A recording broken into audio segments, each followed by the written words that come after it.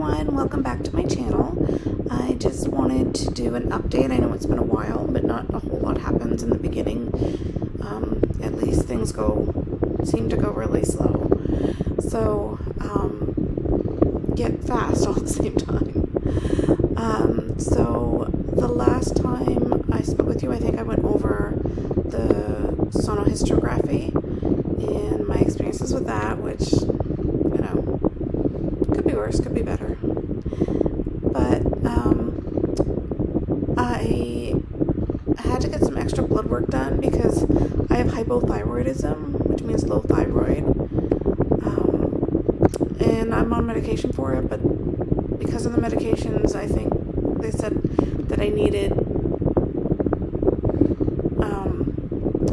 for the pregnancy, they needed it to be a little bit lower, the number a little bit lower than it was. So that was pretty straightforward. They knew how to fix that, so they just changed my medication. They gave me 1 instead of 0.8, which means nothing to the average person, but for people in medicine, they have a better idea of that. And I took that for, I think it was a month or 3 weeks or something like that. And then we redid the blood work, which I did yesterday, and they were super quick and got it back to them. And I found out today that I am officially medically cleared. So to be medically cleared, that means I've been through all of the tests and the blood work and all of that stuff, and I passed, which is really good because they keep reminding me that I'm 44 years old and that a body is not going to be able to handle this forever. So I was glad to be able to do this, especially for my family, who's waiting for me to be able to have this baby for them.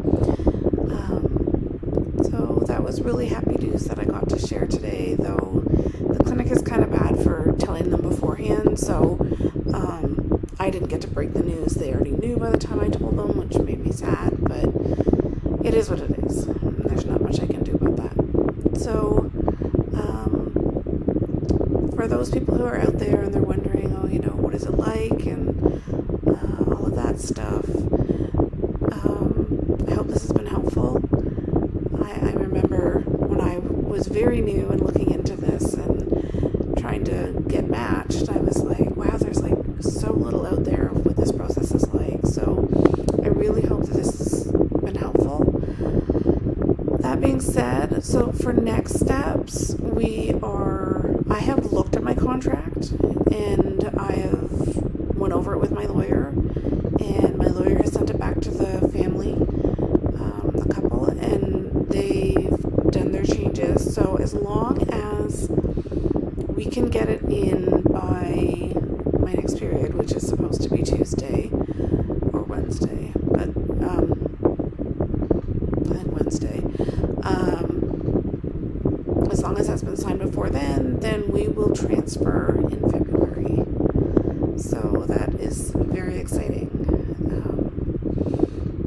A little unnerving because I keep thinking, what am I doing? Am I doing the right thing? But then I think about my daughter, and I think about everything my family's already been through, my couple, and I'm like, they've been waiting so long to have what I have with my daughter. So I'm happy to do this for them, and I hope it won't be too painful. I get nervous when you join the group. If you join the group, if you go through my fertility people, or not fertility people, I guess it kind of is, but my consultants who set me up with this process, the group is kind of scary for somebody who's new because they're talking about all these injections and all the stuff that's going on, and I haven't experienced it yet, so I can't say anything about it, but don't let that deter you, because everybody is going to have a different experience. Not everybody's going to put their information up in the chat, so what might be painful and difficult for one person may not be difficult for you. So just remember that. And I know that there's a lot of talk about certain things, I guess, just putting things out there, like, should we get the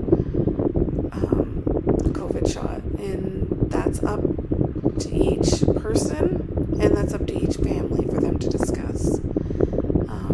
So of course we can all have our opinions about it, and I have mine.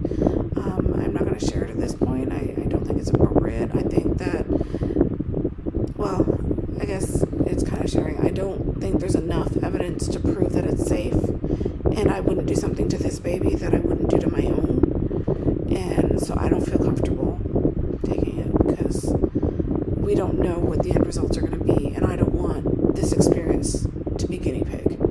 I don't want them to end up with a baby that has whatever issues because of this vaccine. I will continue to keep myself safe. I will continue to hand wash. My hands are so raw. I wash them and sanitize them so much. But that's what I'm choosing. And I, of course, wear my mask and do all the right things. Make sure everything around me is clean. Unless things change and somebody can assure me that the baby would be safe, I can't do it.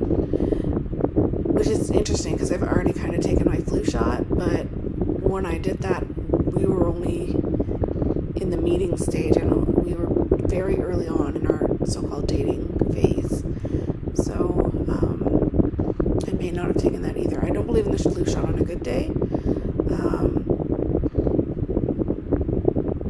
I'll probably rethink that, because I've kind of seen some experience. It's going to sound funny, but with my dog and my friend's dog in kennel cough, and how they both got it, but because my dog was vaccinated for it, she got it a lot less. So it's putting some information in my mind, but I still need more information, especially about the vaccine, because we don't know if it's safe. That being said, if anybody has any questions, feel free to put them in below. I do check them. I get notified, and I check them all the time. And if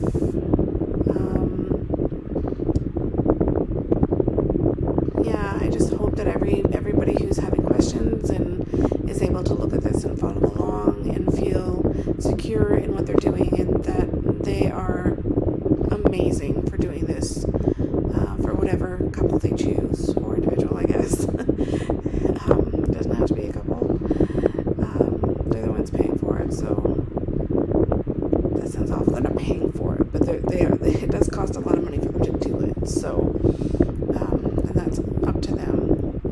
So I guess I will talk next week after contracts are signed and I have my date.